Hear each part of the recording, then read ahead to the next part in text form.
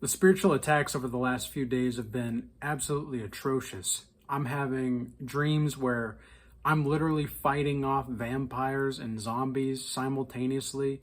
I'm having dreams where I have to be like James Bond to fly helicopters and go in and out of these super high stake facility operations and all of that.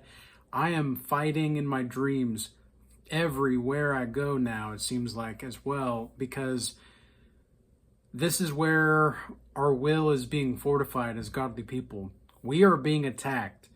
And when we are attacked, niceness goes bye-bye. Okay, there's no more niceness to be had once we are being attacked. And you can tell a lot of the energy that people have, But I've also had the great fortune to be around better people recently, especially in the physical community that I have, where that's not usually a thing, Usually people in the physical, it's more likely to meet people that are spiritually inclined through the internet than it is in person nowadays. And I guess, obviously we haven't had the internet for too long. So when I say nowadays, I just mean in this day and age, that's the way that it is. And in some sense, I'm very curious if this would be a possibility for us to really enhance our not just our social skills, but also our ability to perceive reality as it truly is and to live in accordance to the laws and statutes and commandments of the Most High at this time. Can we fortify our will even more so than we all are already? Because when you are in a fight, you've got to know when to act and when not to act. Okay, everybody that's read The Art of War, we did an Art of War class series in the Regal Change Academy a couple months ago. Everybody that was in that class has an understanding now of the basic Art of War principles and what it means to actually live in the Art of War. The Art of War is not about the actual confrontation. Like 99% of what happens in the Art of War is all about preparations and leading up to the fight. Everything that happens in the fight, it's kind of like you are automating a system in which you're strategizing all of the events that could possibly take place, and then you're seeing it play out through your mind, and then it's an actual like real life battle chess game is where the battlefield actually takes place. But it's much more of a skill set to have as far as the strategic planning that goes before this. You have to make sure that you're strategically planning in a way that's going to actually bear some fruit, that's actually going to give you some life to the situation that you have.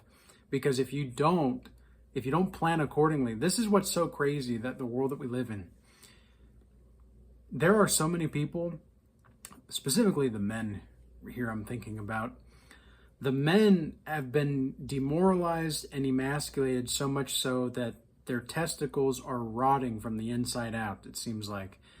They have, what's crazy is the sheer lack of stability that you'll find in most men. And then on the flip side with the women, it's like all they care about is power most often through their sexuality. That's all that it is. And they just want to feel wanted. The women just want to feel wanted. And every time I've given a pass on whether a male or a female, on like, because you can tell when a guy is down bad, right? You can tell when a guy is down bad, and you can tell when a woman is down bad, because the woman that's down bad is going to do anything and everything to try to be getting viable attention from anybody that she can have. Whereas the men, on the other hand, are going to try to control everything as much as they can. It's like this hyper influx of control, right? It's this hyper influx of trying to take things. A true man knows that his purpose is to give.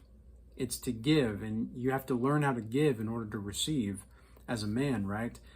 And women, it's more about how to receive, because receiving what is proper for you is about learning what not to do in your life and what not to do with people.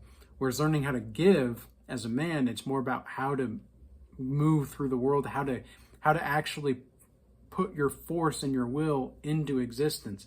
How can you bend reality to your will if you're in a fight, right? If you're in a fight, how can you bend reality to your will insofar as it is in accordance to the Most High?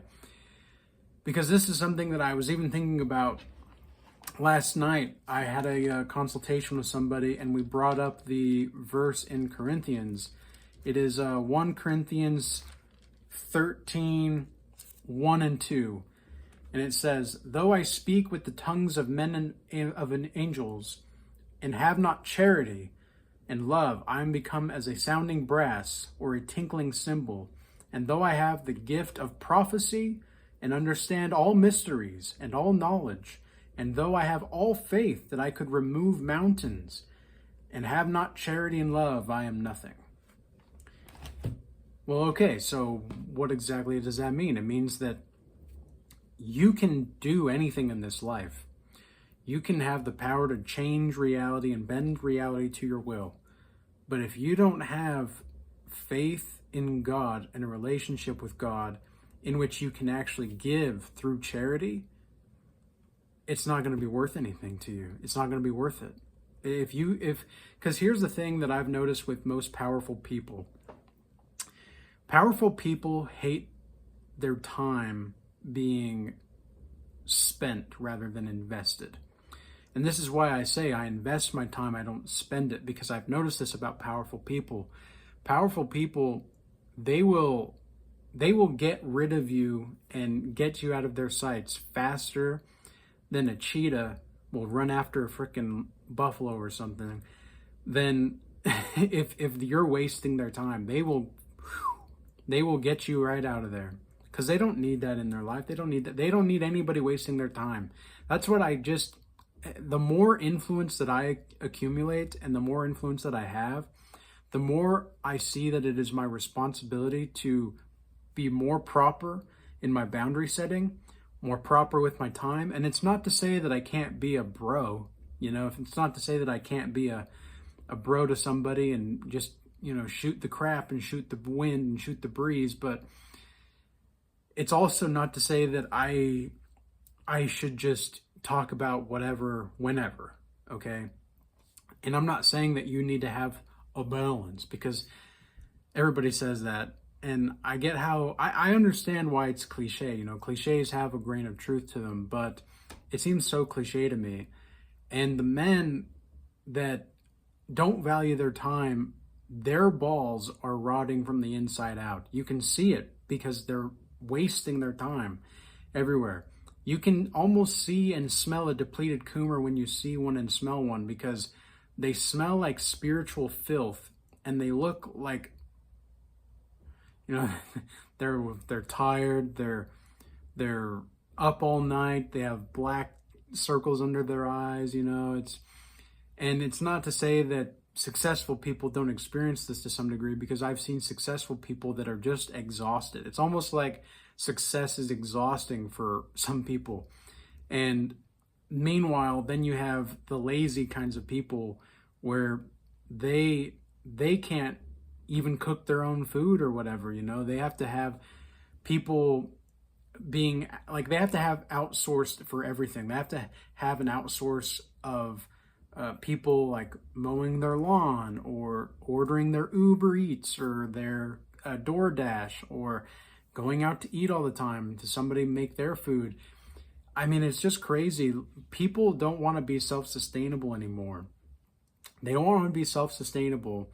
And that's why we're being attacked so much as godly people, is because we're the ones that are self-sustainable.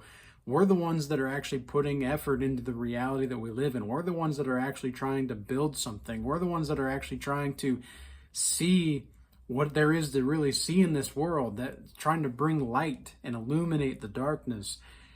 And so many people just want to consume. It's just crazy. They don't want to produce. They don't want to create. And it's not because they don't really want to at the core. They have that soulful desire to do so. They have that spiritual desire to do so. But what they don't have is the inspiration. They look at things and they are just completely apathetic, it looks like, and it seems like. They're just completely, they look at things and they don't understand how to connect with people or other places. And, I've been really trying to put myself out there more and really trying to just be open to even I'm not saying it's superficial, but surface level social interactions where, because here's the thing, right? It's like people that are being attacked spiritually often develop this kind of autism from the looks of it, where they don't want to engage with anybody. And then when they do engage with people, it's like they have to talk about what they want to talk about. Otherwise, they just don't want to talk. And it's like sometimes that's not how social situations work. Like sometimes people want to talk about things that are not going to be in accordance to what they want to talk about. But other times, yeah, it's fine. But you also have to recognize when you are being too obtuse, perhaps is a good word, to your own growth. Because that's what a lot of people, man, you know what? Now that I think about it, I might just make a whole video on this. Because this is going to be able to go into a whole different topic. But I want to stick with the topic at hand, though. Because that's another thing that I don't find a lot of people actually capable of doing, is being able to expand on one topic. Because I'm a very open-minded person, but I like to have all of the different kinds of modes of being, and I like to orbit around certain ideas while staying centered on this topic, right? As long as it pertains to the topic, I don't mind going off into the weeds a little bit. I don't mind going off over there. But if it's just, because I'm a very, as a man, you know how they say men have box brains, where they have a box, they look inside the box, they put the box back.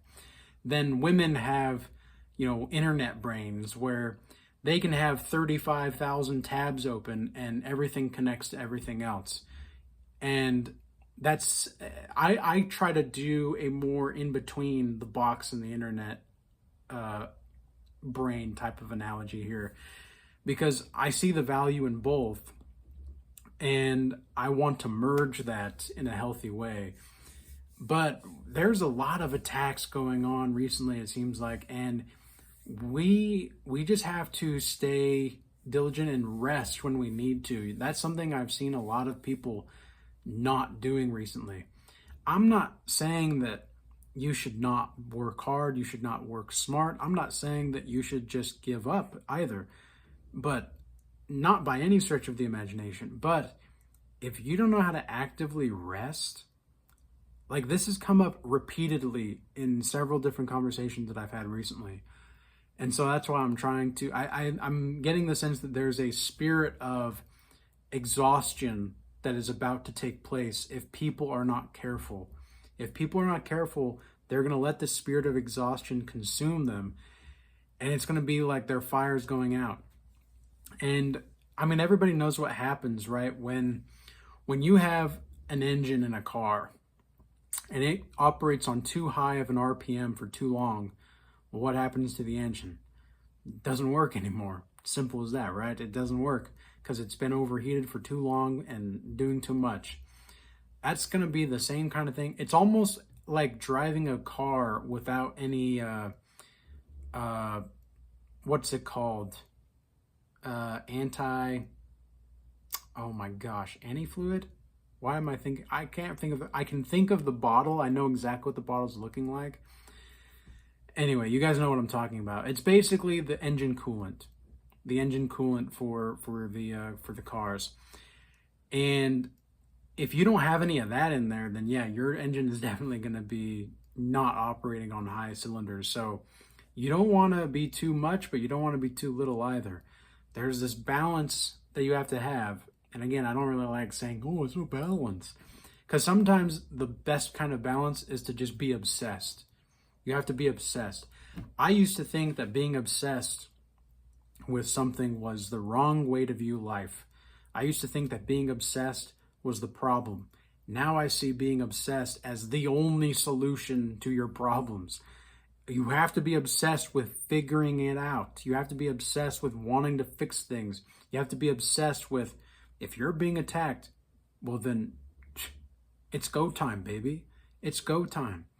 When Jesus says, turn the other cheek, that doesn't really mean that, oh, just tolerate stuff. It's not what he's saying. He's also saying that if you're in a fight, then you got to be in a fight, man. If you're in a fight, you've got to be in it. Otherwise, yeah, people are going to walk all over you and you're going to be just, oh, well, we got to tolerate it. Where are your balls, bro? Like, where are your balls? Pick those things up. Holy crap. Get yourself together. Stop letting the mind viruses that are out there, because that's the real virus, right? That's the real pandemic. That's the real virus, is these mind control tactics. It's just crazy how the lengths of it in which we are just letting ourselves be dictated. We're just letting ourselves be consumed by the system. Remember, this is about being in the simulator and being a part of the simulator and not in the simulation. If you're in the simulation, you're in the matrix. If you're part of the simulator, you know that you can bend reality to your will insofar as it is in accordance to God's will. But like I said in this Corinthians verse as well, if you don't have love, though, none of that's going to mean anything. All right? So I hope this message was useful and insightful for you. If you do want to join the Regal Change Academy, we have the link in the description box below. We have a bunch of different kinds of classes available for you. This is an elite spiritual global group in which we are building our minds, bodies, and souls each and every day. We really have people from all over the world at this point. We're up to about 20 different countries over the past year of having this academy. So people from 20 different countries have joined at random, and it's been really cool to see how the messages that I'm putting out are getting to the corners of the earth in all directions, really. And we're able to unite and bring people together through spirit and truth from all different kinds of modes and factions. So that's pretty cool. We also have 3 weekly Bible study calls, as well as not just Bible study calls, but we have 3 group Bible study calls, as well as a weekly Maps of the Psyche call, as well as a weekly Regal Assembly call, where we talk about a variety of different topics and subjects. Those are really the bread and butter of the academy, but we also have a bunch of other classes that you can take on your own time, and we have limited time available resource classes as well. If you do want to join the free Telegram group chat, there's also a link in the description box below for that, where the messages will delete after 1 day. So that's going to be an automated system in which everything will delete. So now's the time to make sure that you stay up to date with that, and any deals or anything like that, we're going to be putting them there as well.